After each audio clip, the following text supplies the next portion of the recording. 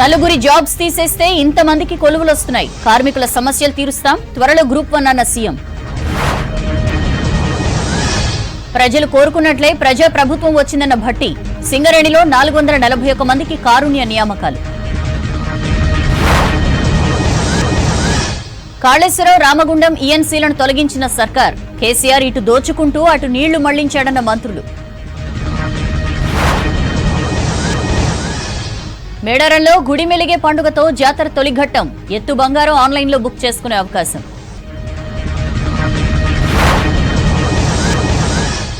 చెప్పుతో కొడతామనటం బీఆర్ఎస్ అహంకారమన్న సంజయ్. బీజేపీకి రాజీనామా చేసిన మాజీ మంత్రి బాబుమోహన్. 2,86,000 కోట్లతో ఏపీ ఓటాన్ అకౌంట్ బడ్జెట్.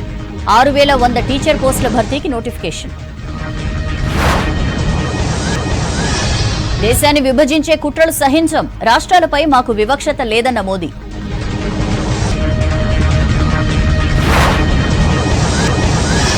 రెండు 2011లోనే మూడో ఆర్థిక వ్యవస్థగా ఉన్నామన్న ఖర్గే. 5-6 దోస్తుల కోసం సంపద దోచిపెడుతున్నారన్న రాహుల్. ఉత్తరాఖండ్ అసెంబ్లీలో కామన్ సివిల్ కోడ్ బిల్లు ఆమోదం. స్వాతంత్ర్యం వచ్చాక యూసీసీ తెచ్చిన రాష్ట్రంగా రికార్డ్.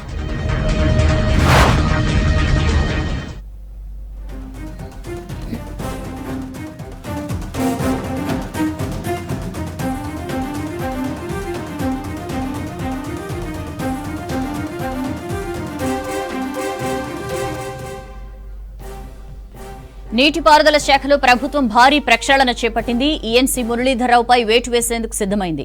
రాజీనామా చేయాలని నీటిపారుదల శాఖ మంత్రి ఉత్తమ్ కుమార్ రెడ్డి ఆదేశించారు. ఇటు కాళేశ్వరం ఇన్ఛార్జ్ రామగుండం ఈఎన్సీ వెంకటేశ్వరరావును సర్వీసుల నుంచి తొలగిస్తున్నట్లు ఉత్తమ్ కుమార్ రెడ్డి ప్రకటించారు. గత ప్రభుత్వంలో కాళేశ్వరంలో భారీ అవినీతి జరిగిందని ప్రభుత్వం చెబుతోంది.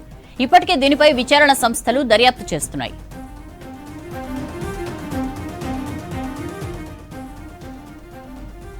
మరింత సమాచారం తెలుసుకుందాం. శివారెడ్డి మనతో ఫోన్ లైన్ లో జాయిన్ అవుతున్నారు. శివ, నీటిపారుదల శాఖలో ప్రక్షాళనకు సంబంధించిన డీటెయిల్స్ ఏంటి?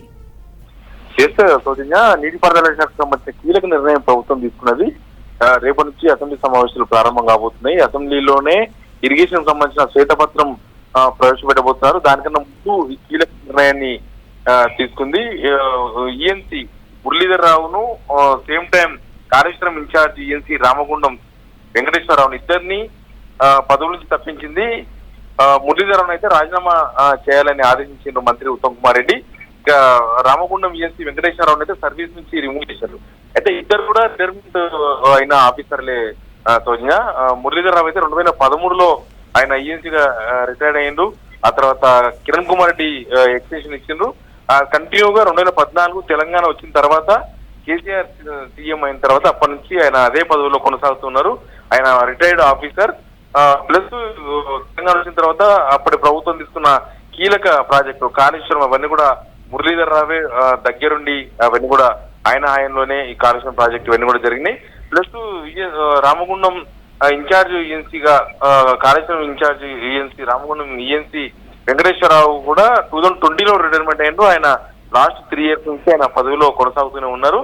వీళ్ళిద్దరి హయాంలోనే ఈ కాళేశ్వరం ప్రాజెక్టు సంబంధించిన శంకుస్థాపన దగ్గర నుంచి కాళేశ్వరం ప్రాజెక్టు పూర్తి అయిన వరకు మొత్తం ఇప్పటి వరకు ఎంతవరకు అయిందో అంతవరకు మొత్తం వీళ్ళ హయాంలోనే జరిగింది. అసలు అంతకుముందే డ్యామ్ సేఫ్టీ ఆఫీసర్లు ఇచ్చిన రిపోర్టు ప్లస్ విజిలెన్స్ రిపోర్ట్ కూడా ఆల్రెడీ ప్రభుత్వానికి అందింది. విజిలెన్స్ రిపోర్ట్ కూడా సభలో ప్రభుత్వం ప్రవేశపెట్టబోతుంది. ఈ విజిలెన్స్ రిపోర్ట్ లో కూడా ఇంజనీర్స్ తప్పిదాలు చాలా కనిపిస్తున్నాయని ఇప్పటికే సమాచారం బయటికి పొక్కింది. ముఖ్యంగా వీళ్ళంతా గుత్తేదారులకు అంటే కాంట్రాక్టర్లే ఉన్నలుగా భావించి మొత్తం కాంట్రాక్టర్లు ఎట్లా చెప్తే అట్లా విన్నరు. ఇంజనీర్స్ మొత్తం దాని రూపకల్పనలో డిజైన్ కానీ తర్వాత నిర్వహణ కానీ ఇదంతా ప్రభుత్వ పెద్దలు నిర్ణయాలు తీసుకోలేదు. సేమ్ టైం ఇంజనీర్స్ కూడా నిర్లక్ష్యం వహించారు. ఇంజనీర్లు అధికారంలో ఉన్న వాళ్ళ మాటలు వినకుండా వాళ్ళ పని వాళ్ళు చేస్తే ప్రాజెక్ట్ ఈ రోజు కాళేశ్వరం ప్రాజెక్ట్ ఈ స్టేజ్ లో ఉండేది కాదు. అప్పుడున్న పాలకులకు సేమ్ టైం కాంట్రాక్టర్లకు ఒత్తాసు పలికి ప్రాజెక్టును ఈ స్టేజ్కి తీసుకొచ్చారనేది ఇప్పటి వరకు ఉన్న ప్రాథమిక సమాచారం. ఒకటి ఎన్ఫోర్స్మెంట్ వాళ్ళు ఇచ్చిన రిపోర్ట్ అయినా తర్వాత ప్రాజెక్టు డ్యామ్ సేఫ్టీ ఆఫీసర్లు ఇచ్చిన రిపోర్ట్ అయినా కూడా దాని నిర్మాణం ఇచ్చే డిజైన్ వచ్చింది ఒకటి, దాన్ని నిర్మించింది ఒక డిజైన్, సేమ్ టైం క్వాలిటీ, తర్వాత అక్కడ జరిగిన వర్క్, ఇదంతా మొత్తం కాళేశ్వరం ప్రాజెక్ట్ ఈ స్టేజ్కి చేయడానికి కారణమైంది.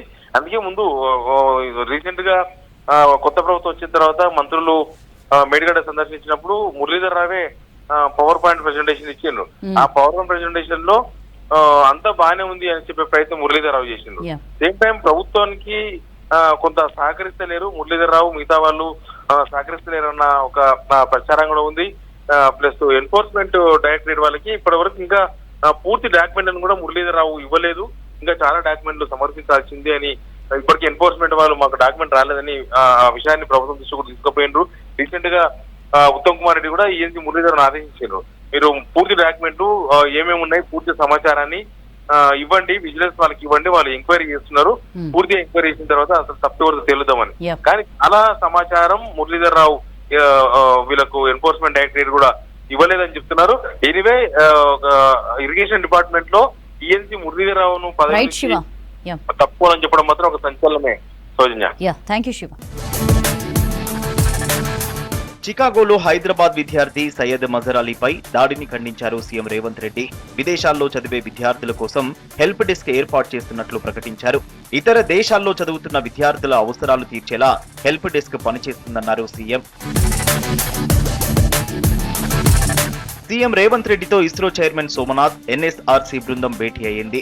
రాష్ట్ర ప్రభుత్వంతో ఏవియేషన్ అకాడమీ డ్రోన్ పైలట్లకు అధునాతన శిక్షణపై అవగాహన ఒప్పందం చేసుకుంది. ఒప్పందంలో భాగంగా drone piloting, drone data management, data analysis పై ట్రైనింగ్ నిర్వహిస్తారు. సెక్రటేరియట్ లో నెదర్లాండ్స్ కింగ్డమ్ రాయబారి మెరిసా గెరార్డ్స్ సీఎం ని కలిశారు. నిరుపేదలకు అన్ని ప్రభుత్వ హాస్పిటల్స్ లో మందులు ఉచితంగా అందించాలన్నారు మంత్రి దామోదర రాజనరసింహ. ఆరోగ్యశ్రీ ద్వారా పేదలకు వైద్యం అందుతుందని చెప్పారు. బీఆర్ఎస్ హయాంలో ప్రజలు అన్యాయానికి గురయ్యారన్నారు మంత్రి తుమ్మల. సీఎం రేవంత్ ఆధ్వర్యంలో చిత్తశుద్ధిగా పనిచేస్తామన్నారు. సూర్యాపేట జిల్లా హుజూర్ నగర్ లో పర్యటించిన మంత్రులు ఉత్తమ్, దామోదర రాజనరసింహ, తుమ్మల పలు అభివృద్ధి పనులకు శంకుస్థాపనలు, ప్రారంభోత్సవాలు చేశారు. బ్రతికాము, దోపిడీ చూశాము, దగాలు చూసి మీరు స్వేచ్ఛ చూస్తున్నాం. మా ఆరోగ్య శాఖ అధికారులే కానీ, డాక్టర్లే కానీ, ఏ ఇన్ పేషెంట్ అయినా, ఏ అవుట్ పేషెంట్ ఎవరు వచ్చినా ఖచ్చితంగా మీ బాధ్యత, మా బాధ్యత, మన అందరి బాధ్యత వారికి సేవలు అందించాలి. వాళ్ళు గౌరవంగా ధైర్యంతో ఈ యొక్క హాస్పిటల్ నాది, ఏ రాత్రి ఏ పగలు పోయినా నాకు మంచి ట్రీట్మెంట్ దొరుకుతుందనే ఒక నమ్మకం వారికి కలగాలి. కృష్ణా నుంచి 8 టీఎంసీల నీళ్లను ఆంధ్రాకు తరలించడం నిజం కాదా అని ప్రశ్నించారు మంత్రి ఉత్తమ్ కుమార్ రెడ్డి. కాళేశ్వరం కట్టడానికి 1,00,000 కోట్లు ఖర్చు చేసిందన్నారు. 10,000 కోట్ల రూపాయల వడ్డీలు చెల్లిస్తుందని చెప్పారు. అన్నారం ప్రాజెక్టు కూడా డ్యామేజ్ లో ఉందన్నారు. మేడిగడ్డ ప్రాజెక్టు కుంగిపోతే కేసీఆర్ ఎందుకు నోరు మెదపడం లేదని ప్రశ్నించారు ఉత్తమ్. కృష్ణా ప్రాజెక్టులను కేఆర్ఎంబీకి అప్పగించే ప్రసక్తే లేదన్నారు మంత్రి జూపల్లి కృష్ణారావు. అసలు తెలంగాణలో కృష్ణా క్యాచ్మెంట్ 68-70% ఉంటే మనకి రావాల్సిన వాటా 551 టీఎంసీ ఉంటే పోయి అక్కడ కేంద్ర ప్రభుత్వంలో కేఆర్ఎంపీలో మరి మాకు 293 టీఎంసీ పెట్టి ఆంధ్రాకి 511 టీఎంసీ అడిగింది. మరి కేసీఆర్ గారా కాదా జవాబు చెప్పాలి. జగన్మోహన్ రెడ్డి గారు యువకుడు, పట్టుదల వ్యక్తి, ఇద్దరం కలిసి 2 రాష్ట్రాలను సస్యశ్యామలు చేస్తాం, గోదావరి జలాన్ని తీసుకొచ్చి కృష్ణానదిలో పడేసి ఇద్దరం వాడుకుంటారు మాట్లాడారు. మరి అప్పటిదాకా ఈ కృష్ణానది నీళ్లను మరి రాయలసీమకు తీసుకుంటే ఎందుకు మరి మీరు కళ్ళు మూసుకొని కూర్చున్నారు, ఎందుకు పోరాటం చేయలే? సమ్మర్ లో గ్రేటర్ ప్రజలకు నీటి సమస్య ఉండదన్నారు మంత్రి పొన్నం ప్రభాకర్. తాగునీటి సమస్య వస్తుందని ఫేక్ ప్రచారం చేస్తున్నారని మండిపడ్డారు. జీహెచ్ఎంసీలో అన్ని అంశాలపై సమీక్ష నిర్వహించారు పొన్నం. అంతకుముందు కొండాపూర్లో జరిగిన RTC constables passing out parade లో పాల్గొని కొత్తగా టీఎస్ఆర్టీసీ కుటుంబంలో చేరబోతున్న కానిస్టేబుళ్లకు అభినందనలు తెలిపి నియామక పత్రాలు అందజేశారు. రాబోయే వేసవిలో నీటి ఎద్దడికి సంబంధించినటువంటి అంశం కావచ్చు, రోజువారీ జరిగేటువంటి శానిటేషన్ కి సంబంధించి కావచ్చు, హైదరాబాద్ నగర అభివృద్ధికి సంబంధించి పూర్తి స్థాయిలో కట్టుబడి ఉంది. మరి ఏమాత్రం చర్యలు తీసుకోవాలో వాటన్నిటి కూడా ఈ సందర్భంగా చర్చ చేసుకోవడం జరిగింది. ఎటువంటి ఇబ్బంది లేకుండా హైదరాబాద్ యొక్క బ్రాండ్ ఇమేజ్ కావచ్చు, హైదరాబాద్ సంబంధించినటువంటి సమస్యలు ప్రత్యేకమైనటువంటి పరిష్కారం తీసుకొని చొరవ తీసుకొని హరిత నిధిపై మంత్రి కొండా సురేఖ అధికారులతో సమీక్ష నిర్వహించారు. హరిత నిధి నిధులను పారదర్శకంగా జవాబుదారీతనంతో ఖర్చు చేయాలన్నారు మంత్రి. వచ్చిన ప్రతి రూపాయికి లెక్క పక్కాగా ఉండాలని ఆదేశించారు. రాష్ట్రానికి రావాల్సిన కృష్ణా నీటి వాటాను ఉపయోగించుకోవడంలో బీఆర్ఎస్ పూర్తిగా ఫెయిల్ అయిందన్నారు కాంగ్రెస్ లీడర్లు. ఏపీకి న్యాయం చేయడం కోసం మన రాష్ట్రానికి కేసీఆర్ అన్యాయం చేశారని ఫైర్ అయ్యారు. జగన్ కేసీఆర్ కుమ్మక్కై నీటిని దొంగిలించుకుపోతున్నారని ఆరోపించారు హస్తం నేతలు.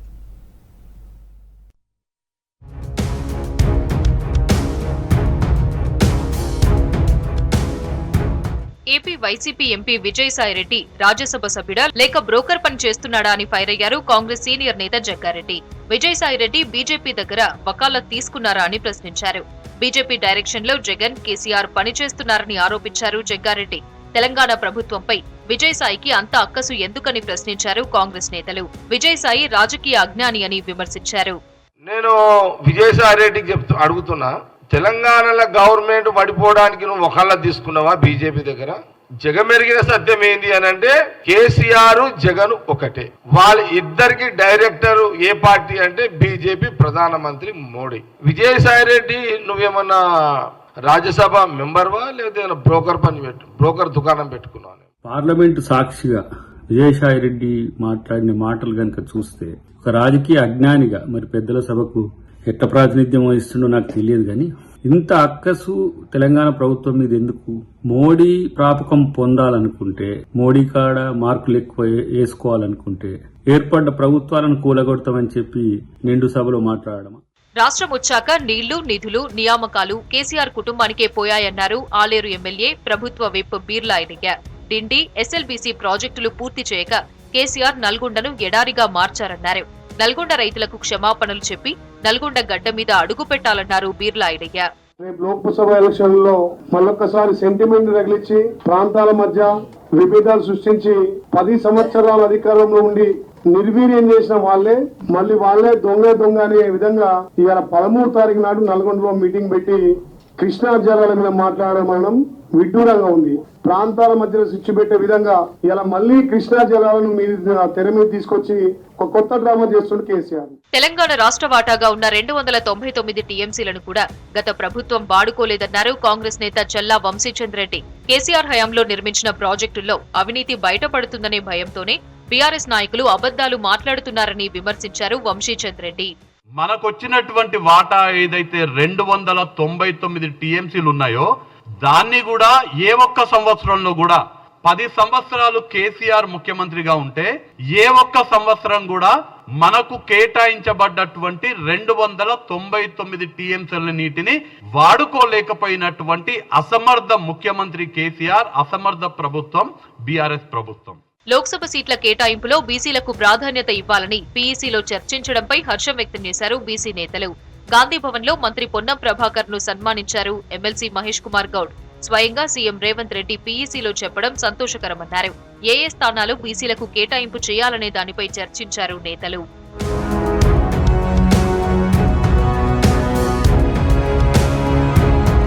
సీఎం రేవంత్ రెడ్డిపై బీఆర్ఎస్ మాజీ ఎమ్మెల్యే బాల్కసుమన్ అనుచిత వ్యాఖ్యల మీద నిరసనలు కంటిన్యూ అయ్యాయి. కాంగ్రెస్, ఎన్ఎస్యుఐ నేతలు బాల్కసుమన్ దిష్టిబొమ్మ దహనం చేశారు. సీఎం రేవంత్ కు బాల్కసుమన్ వెంటనే క్షమాపణ చెప్పాలని డిమాండ్ చేశారు నేతలు.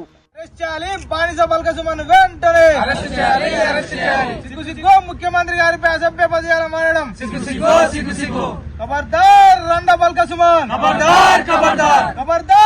సికింద్రాబాద్ రైల్వే స్టేషన్ ను కేంద్ర ప్రభుత్వం అభివృద్ధి చేస్తుందని కేంద్ర మంత్రి కిషన్ రెడ్డి తెలిపారు. బీఆర్ఎస్, కాంగ్రెస్ పార్టీలు రాష్ట్రంలో diversion politics చేస్తున్నాయన్నారు MP Bandi Sanjay. దేశాన్ని పాలించిన కాంగ్రెస్, బీజేపీ పరిపాలనను పోల్చి చూడాలని అన్నారు రాజ్యసభ సభ్యులు లక్ష్మణ్. బడ్జెట్లో 6 గ్యారెంటీల కోసం ఎంత డబ్బు కేటాయిస్తున్నారో రాష్ట్ర ప్రభుత్వం చెప్పాలని బీజేపీ అధికార ప్రతినిధి రాణి రుద్రమ్మ డిమాండ్ చేశారు.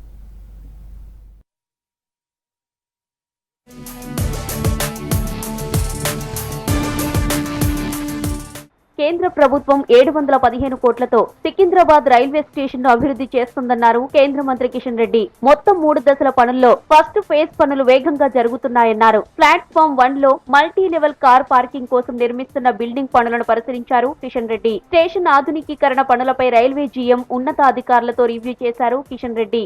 रीडेवलपमेंट करने के लिए प्रधानमंत्री लगभग 700 करोड़ मंजूर करके अभी 20% तक काम स्पीड से चल रहे, क्योंकि कठिनाई को दूर करते हुए, पार करते हुए हमारे रेलवे ऑफिसर्स, हमारा कॉन्ट्रैक्टर्स, हमारा श्रमजीवी बहुत मेहनत करके रेलवे स्टेशन का काम शुरुआत किया है। मैं आज खुशी से बात बताना चाहता हूँ, अच्छे प्रोग्रेस हुआ है इस 6 महीने के अंदर।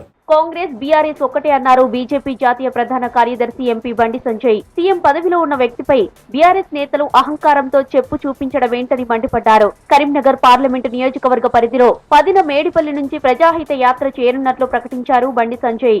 ఈ కరీంనగర్ పార్లమెంటు నియోజకవర్గంలో ప్రజాహిత యాత్ర పేరుతోని 10వ తారీఖు నాడు మేడిపల్లి నుంచి యాత్ర ప్రారంభిస్తున్నాం. ఈ యాత్ర గ్రామాలకు చేరినప్పుడు నడుచుకుంటూ పాదయాత్ర చేస్తాం. ఇది 10th నుంచి 15th వరకు వేములవాడ సిరిసిల్ల నియోజకవర్గంలో పూర్తి చేస్తాం. 3 days నేషనల్ కౌన్సిల్ మీటింగ్స్ కాబట్టి అందరు జిల్లా అధ్యక్షులతో పాటు అందరు పోవాల్సి ఉంటుంది కాబట్టి మళ్ళీ 20th నుంచి మిగతా నియోజకవర్గాల్లో పూర్తి స్థాయిలో పూర్తి సమయాన్ని వెచ్చిస్తూ మిగతా నియోజకవర్గాలు కూడా ఈ ప్రజాహిత యాత్రను కొనసాగిస్తున్నాం. అన్ని మండలాలను చుట్టొచ్చే విధంగా ఈ యాత్రకు ప్లాన్ చేస్తాం.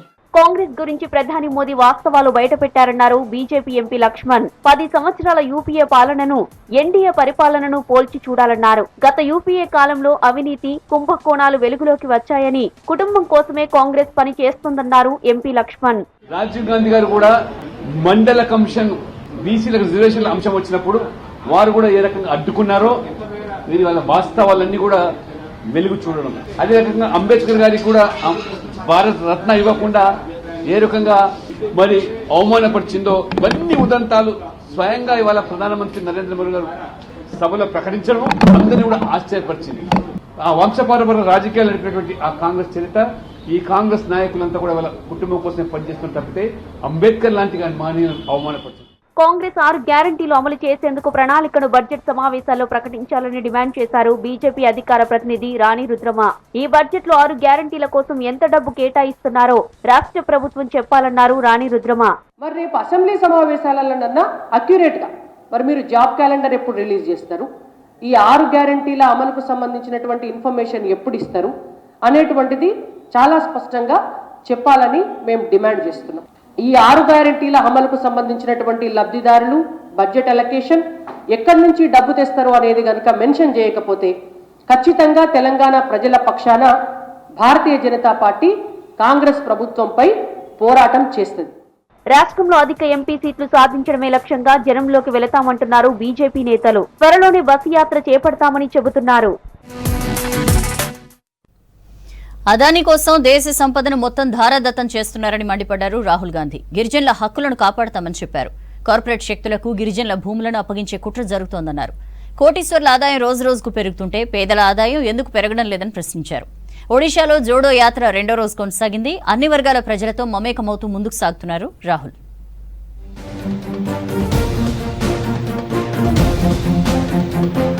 ఒడిశాలో భారత్ జోడో న్యాయయాత్ర జోరుగా కొనసాగుతోంది. అన్ని వర్గాల ప్రజలతో మమేకమవుతూ రాహుల్ గాంధీ ముందుకు సాగుతున్నారు. పేదల ఆదాయం నెలకు 5,000 నుంచి 10,000 ఉంటే సంపన్నుల ఆదాయం వేల కోట్లలో ఎందుకుందని ప్రశ్నించారు రాహుల్ గాంధీ. దేశ సంపదను 5-6 మంది వ్యాపారవేత్తల చేతుల్లో పెడుతున్నారని ఆరోపించారు రాహుల్.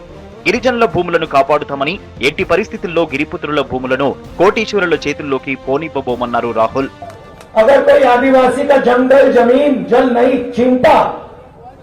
तो बिरसा मुंडा जी नहीं लड़ते उनसे। अगर ये लड़े तो इसलिए लड़े कि उनका जल, उनकी जमीन, उनका जंगल छीना जा रहा था। कि आप घबराइए मत, आप डरिए मत, कांग्रेस पार्टी आपकी जमीन, आपका जल, आपका जंगल इन अरबपतियों को नहीं दिलवाने देगी. అదానికి ప్రయోజనం చేసేందుకు రైతులు, మహిళలు, యువతను మోసం చేస్తున్నారని ఆరోపించారు రాహుల్. బీజేపీ, ఆర్ఎస్ఎస్ కు వ్యతిరేకంగా కాంగ్రెస్ మాత్రమే పోరాడుతుందని చెప్పారు. ఇటీవల తెలంగాణలో బీజేపీని ఏరిపారేశామని, ఒడిశాలో అదే పని చేయబోతున్నామన్నారు రాహుల్. आर्थिक अन्याय, रोजगार महंगाई और ये जो सारे पब्लिक सेक्टर यूनिट्स जहां गरीब लोगों को रोजगार मिलता है, ये एक के बाद एक मोदी प्राइवेटाइज कर रहा है. इसके खिलाफ ये यात्रा